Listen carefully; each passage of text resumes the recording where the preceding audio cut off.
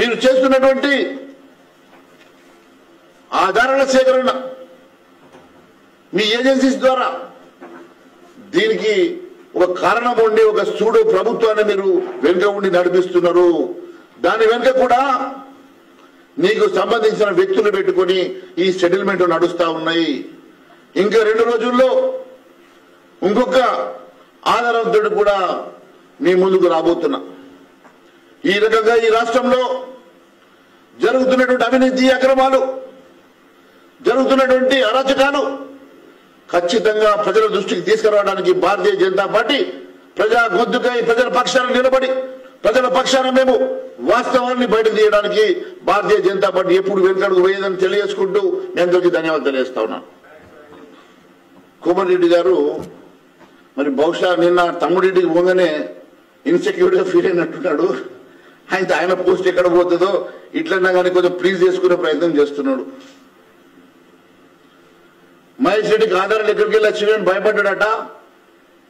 2 రోజుల నుంచే సెక్రటేరియట్ లో 6వ ఫ్లోర్కి ఎవరు రాణిస్తలేరు.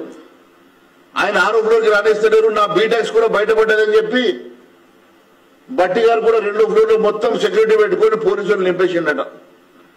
2nd ఫ్లోర్ కి రానియకుండా బట్టి సెక్యూరిటీ పెట్టుకున్నాడు. 6వ ఫ్లోర్ గారు బ్యాన్ చేసేసిండు. ఎక్కడ నా ఆధారాలు ఎట్లా బయటకు పోతున్నాయి, ఈ వాస్తవాలు ఎట్లా తెలుస్తున్నాయి మహేష్ రెడ్డి కానీ మొత్తం ఆ ఫ్లోర్ వాళ్ళు హైజాక్ చేసి బ్లాక్ చేసుకొని పెట్టుకుంటున్నారు. అదే చెప్తా ఉన్నాను.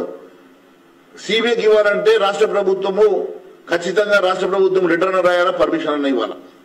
కాబట్టి ఆయన అది ఇవ్వకుండా తన దగ్గర పెట్టుకొని ఈ ఆధారం సేకరించుకొని ఈ సెటిల్మెంట్ చేస్తుండని మా అనుమానం. తప్పకుండా వెళ్తాం దీని మీద. ఇప్పుడే ఆధారాలు బయట పెట్టాము, ఇప్పుడే కదా మేము ముందుకు వచ్చినాము. ఇంకా చాలా సమయం ఉన్నది, ఇంకా సినిమా ఉన్నది. మరి ఒకవేళ షిండర్ లేకుంటే పాపం రేవంత్ రెడ్డి ముఖ్యమంత్రి మహబూబ్ నగర్ లో నా మీద కాన్స్పిరసీ నడుస్తుందని ఎందుకు చెప్పుకునే పరిస్థితి వచ్చింది? ఒక ముఖ్యమంత్రి తనకు తాను నా నియోజకవర్గంలో ఓడగొట్టే ప్రయత్నం జరుగుతున్నది, నా వెనుక కొంతమంది పడ్డరు, నన్ను ఓడించే ప్రయత్నం చేస్తున్నారు, నా వెంట కాన్స్పిరసీ నడుస్తుందని ముఖ్యమంత్రి చెప్పుకునే పరిస్థితి వచ్చిందంటే దీన్ని బట్టి మీరు అర్థం చేసుకోవాలా ఎంత ఇన్సెక్యూరిటీగా ఈ ప్రభుత్వం ఉన్నదో.